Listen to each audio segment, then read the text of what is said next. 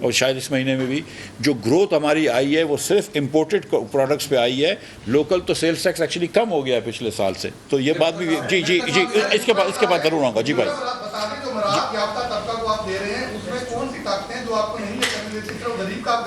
یہ بات آپ کی ایک دم جی جی میں سمجھ گیا. جی دیکھیں یہ بات میں مجھے یہ اسٹڈی میری نظر سے نہیں گزری تو میں اس کے اوپر کامنٹ نہیں کر سکتا ہوں, لیکن یہ بات آپ کی ایک دم درست ہے کہ پاکستان کے اندر ایک مراتیات